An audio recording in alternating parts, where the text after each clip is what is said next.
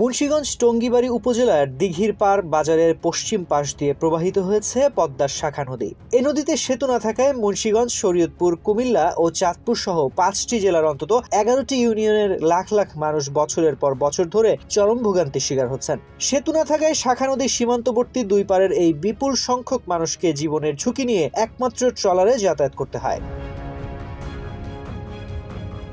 কুমিল্লার এলামচর, পূর্ব বানিয়াল এবং চাঁদপুরের হাইমচরের কিছু অংশ মুন্সিগঞ্জ জেলার সঙ্গে সংযুক্ত।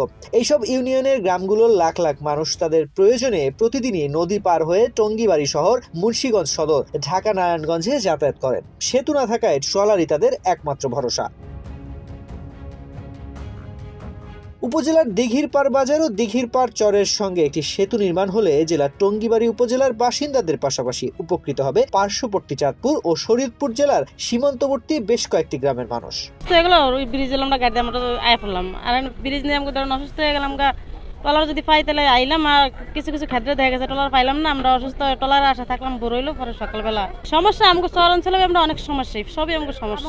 মনে করেন মানুষ যাতায়াত করতে পারে, গাড়ি ঘুরে দিয়ে যাইতে, আর আমাকে যেমন মনে করেন নদীপথ থাকলে যেমন আমাকে টলারের সুযোগ সুবিধা, আর মানুষের সবার একটু কষ্ট হয়। যেমন যেমন আমাদের সময় আছে গা, ওখানে মনে করেন দূরে মনে করেন একটা হুন্ডা টানতে যাইতে লগা, গাড়ি যাইতে লগা, এইগুলো সুবিধা।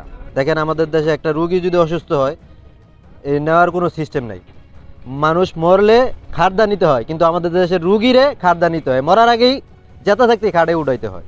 তো এটা কি দেশের পরিস্থিতি?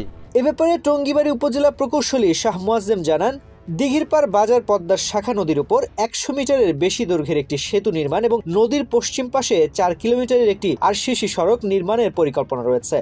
সেতু নির্মাণের জন্য বুয়েটের একটি বিশেষজ্ঞ দল প্রাথমিকভাবে মাটি পরীক্ষা ও অন্যান্য সার্ভের কাজ শেষ করেছে। এখন নকশা করে বরাদ্দ চেয়ে মন্ত্রণালয়ে চিঠি পাঠানো হবে বলেও জানান তিনি। তানজির রহমান, বাংলাদেশ প্রতিদিন।